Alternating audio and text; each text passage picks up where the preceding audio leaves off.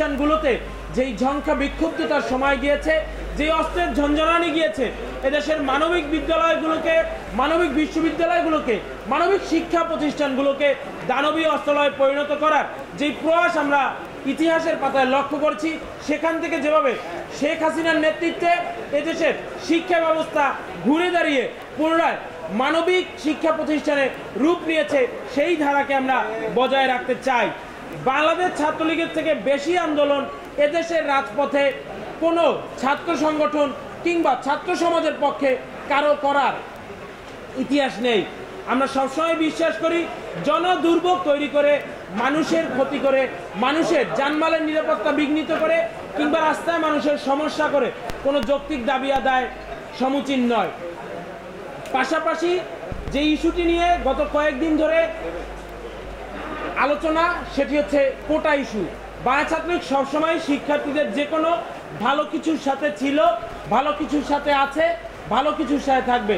পৃথিবীর সকল স্থানেই কোটা ব্যবস্থা সময়ের সাথে সাথে রিফর্ম হয়, বাংলাদেশেও এর ব্যতিক্রম হওয়া কোনো সুযোগ নেই, বাংলাদেশে এর ব্যতিক্রম হবে না। অবশ্যই কোটা ব্যবস্থার যৌক্তিক এবং একটি অন্তর্ভুক্তিমূলক সমাধান এদেশে আসবে এবং এই জন্য প্রয়োজনীয় যে কোনো প্ল্যাটফর্মে, যে কোনো টেবিল টকে বাংলাদেশ ছাত্রলীগ সবসময় শিক্ষার্থীদের মনের অভিপ্রায়গুলো, তাদের আশাগুলো, তাদের প্রত্যাশাগুলো তুলে ধরার মানসিকতাকে ধারণ করে।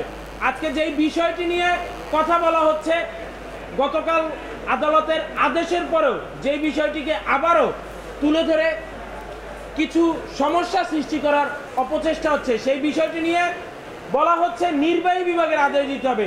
নির্বাহী বিভাগের সর্বশেষ কোটা নিয়ে আদেশ হচ্ছে 2018 সালের পরিপত্র।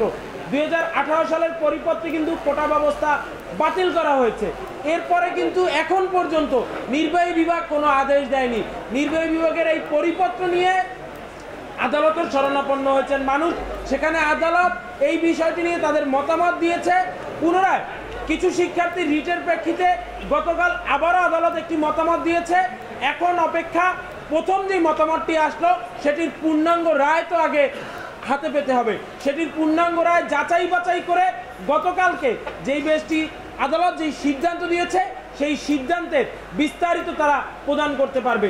এর আগ পর্যন্ত কোনো কথা বলাটাই কিংবা আদালতের এই আদেশ নিয়ে মন্তব্য করাটি সমীচীন নয়। সেটি কোনো কোনো ক্ষেত্রে আদালতের অবমাননারও সামিল হতে পারে বলে আমরা মনে করি।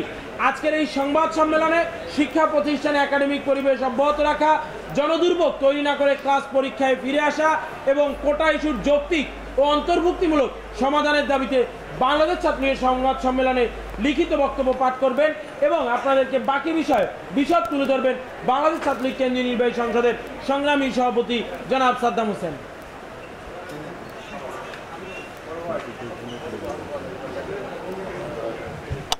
বাংলাদেশের ছাত্র সমাজের নির্ভরতার প্রিয় ঠিকানা, লাখো নেতাকর্মীর প্রাণের স্পন্দন, কোটি শিক্ষার্থীর ভরসা, 30 লাখ শহীদের রক্তের উত্তরাধিকার, জাতির পিতা বঙ্গবন্ধু শেখ মুজিবুর রহমানের আদর্শ এবং সংগ্রামে উজ্জীবিত, মাননীয় প্রধানমন্ত্রী বঙ্গবন্ধু কন্যার দেশ স্বপ্ন শেখ হাসিনার স্মার্ট বাংলাদেশ